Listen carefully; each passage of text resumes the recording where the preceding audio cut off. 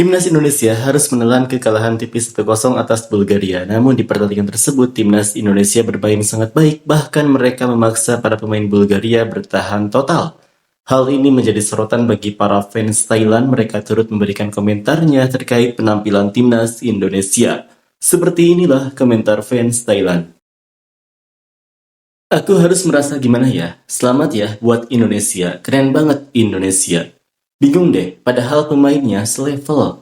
Indonesia itu isinya cuma pemain kelas C Eropa, gaya doang tapi hasilnya nol.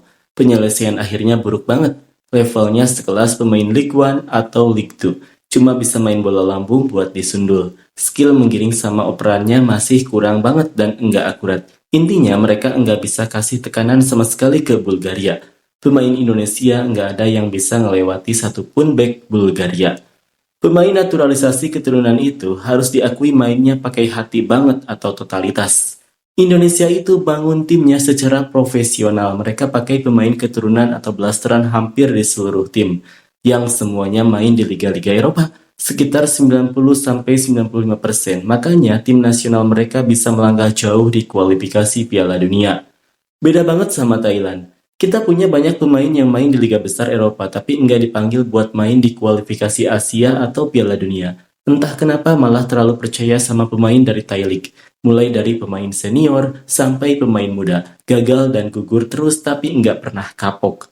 Tetangga kita sudah kasih contoh cara bangun tim yang profesional, bukannya ditiru. Kalau Indonesia enggak melakukan itu, mereka enggak bakal bisa sampai di titik sejauh ini.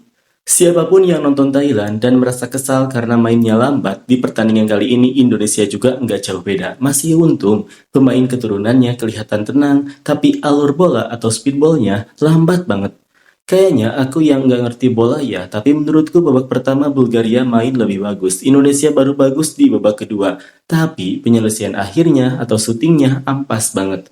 Pemain naturalisasi Eropa itu aslinya cuma kelas B atau B plus di Eredivisie atau Liga Kasta bawah. Itu pun dari tim papan tengah sampai papan bawah.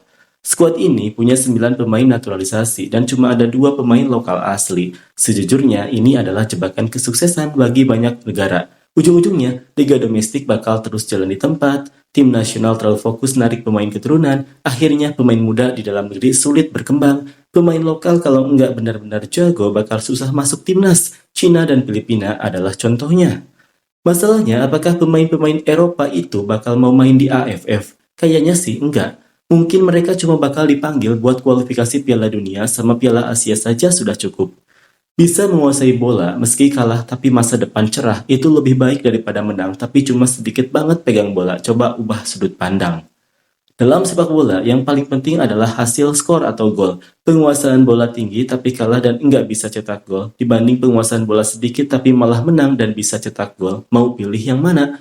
Mau sekarang atau di masa depan pun tetap sama, hasil yang utama. Bagus banget kalau diadakan turnamen segi 4 Four Nation Cup di ASEAN. Soalnya semua orang merasa negaranya nomor 1 di Asia Tenggara. Coba main pakai sistem round robin. Semua tim saling bertemu, siapa yang poinnya paling tinggi, dia yang juara. Vietnam ngerasa mereka yang paling oke, Indonesia ngerasa mereka yang paling hebat, Malaysia juga percaya diri bisa lawan siapa saja. Menarik buat ditunggu apakah Thailand sudah cukup bagus untuk bisa melampaui level Asia Tenggara atau belum. Pesona sepak bola itu ada banyak hal. Contohnya ada faktor keberuntungan, momentum hoki, dan kemampuan. Kalau main bagus tapi kalah ya nggak usah dipuji berlebihan. Sekarang Thailand kalau tanding di turnamen manapun harus menghindar atau waspada sama Indonesia, Malaysia, Vietnam, dan Filipina.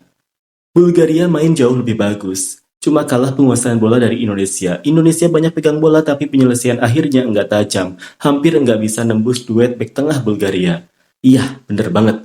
Aku juga mikir gitu. Menurutku Indonesia emang isinya pemain Eropa, tapi Eropa kelas C yang gaya doang tapi hasilnya nol.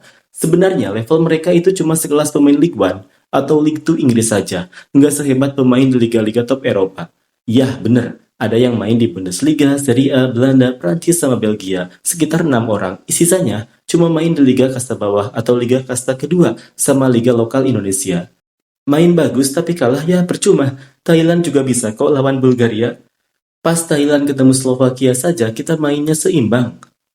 Cuma kalah 1 gol lawan tim dari Eropa Timur itu sudah termasuk luar biasa hebat banget.